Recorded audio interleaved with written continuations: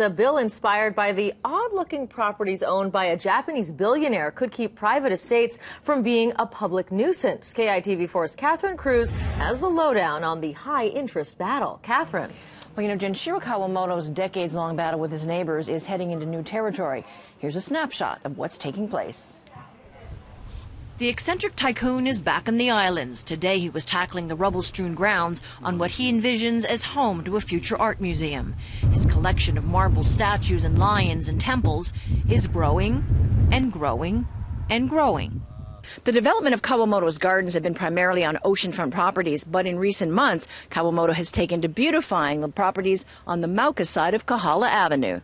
The billionaire's flowers and nymphs are Kawamoto's answer to chronic complaints by neighbors that some of his derelict properties are ruining the neighborhood. Richard Turbin calls the trashy statues and rubble an eyesore, but he points to other abandoned homes that he says are a growing hazard. Some of the abandoned properties being used by squatters, by homeless people. That's creating a dangerous situation.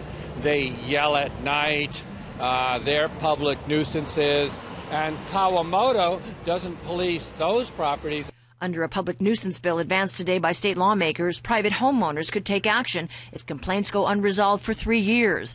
But the House Water and Land Committee cut the time to 1.5 years as a message to state and city regulators to act sooner. What we're saying is don't wait a year to see if the person has resolved the problem. You get out there in 6 months. So I think it's sending a stronger message that, we as legislators want them to be a little more proactive.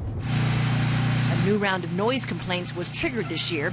A needy family that Kawamoto is allowing to live in this home began running generators after they told neighbors they had no electricity. Residents on Royal Place complain the family is subletting the home. They also worry for their safety. In recent months, police have been called in repeatedly to break up fights.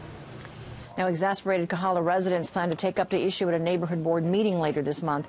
But in Kawamoto's defense, he has corrected numerous outstanding violations against his properties and paid a settlement with the city.